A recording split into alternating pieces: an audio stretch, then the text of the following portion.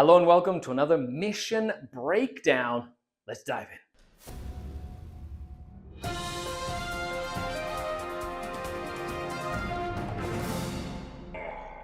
The Dark King. Hello, I'm Skari and welcome to the 40k mission breakdown, a series where I've been breaking down every single mission from the Tournament Companion, the Leviathan Tournament Companion.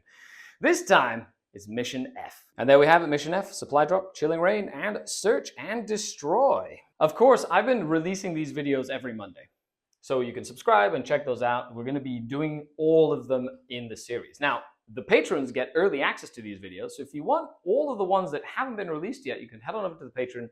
The link is in the description down below and check them out. Supply Drop, Chilling Reign, and Search and Destroy. Well, there you have it. Supply Drop is a simple mission. You only score primary for the objectives in No Man's Land. Each one is worth 5 points. You start scoring them at the start of your second, third, fourth, and fifth turn.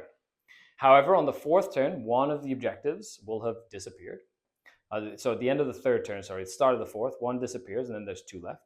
And then in the fifth turn, one more goes away, and one remains. On the fourth turn, when one of them disappears and there are two objectives left, each objective is worth 8 points. And then in the fifth turn, the last objective is worth 15 points. So you can get 15, then you can get 15 again, then you get 16, and then you can get 15.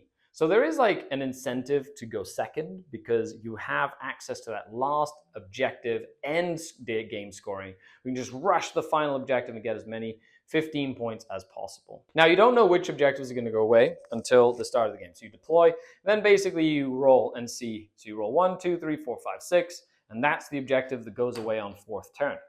Then you roll 1, 2, 3, 4, 5, 6, and don't forget, the one that you roll is the one that remains until the end of the game. A lot of folks do forget that the one you're rolling for is not the one that disappears on turn 5, it's the one that stays. So don't forget that, as it can catch you off guard if you're not paying attention. Now, ideally, if you're deploying in this corner, you would like that one to remain, right? Because it would be really cool if you could just fight and say that was the first one to go away, that one stays turn 4, and then that one's on turn 5, which means you don't really have to go that way. However, you do have to have a plan in case that one goes away on turn 4, and then say that one remains or that one remains, so that you can sweep this way. So it's important to be flexible in this mission and not get discouraged when that one's the one that stays on turn 5 and your opponent's going second and they're the ones that are going to be able to hold that objective. You're just going to have to get probably a little bit more aggressive to prevent them from scoring early in the game, and then try and get an 8 points. When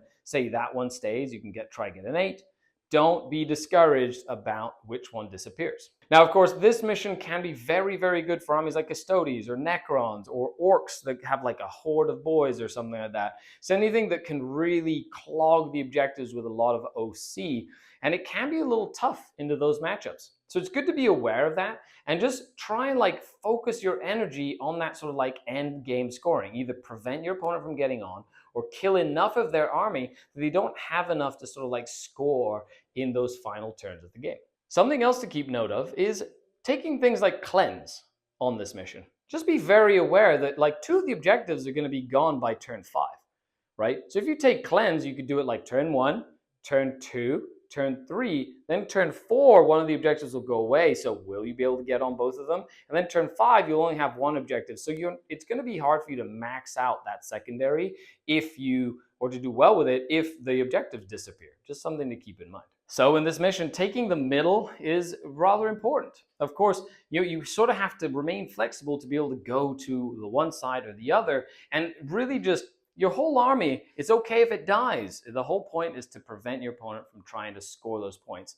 And then next game, guess what? Your whole army comes back again. So I hope that sort of thought process helps you in this mission. A huge shout out to the channel Patreons, without whom none of this is possible. So if you'd like to support the channel, the link is in the description down below. Also check the playlist for all the different mission breakdowns that I've been doing, and a huge shout out to all of you for hanging out. You can leave me a comment if you found anything really cool that works for this mission, any builds that you found that are just really hard to play against. I do read all the comments and I do leave replies as well. So if you have any questions, let me know. Other than that, I've been Skari, your grateful host. Signing off until next time. Skari out. The Dark King. Bye, everybody.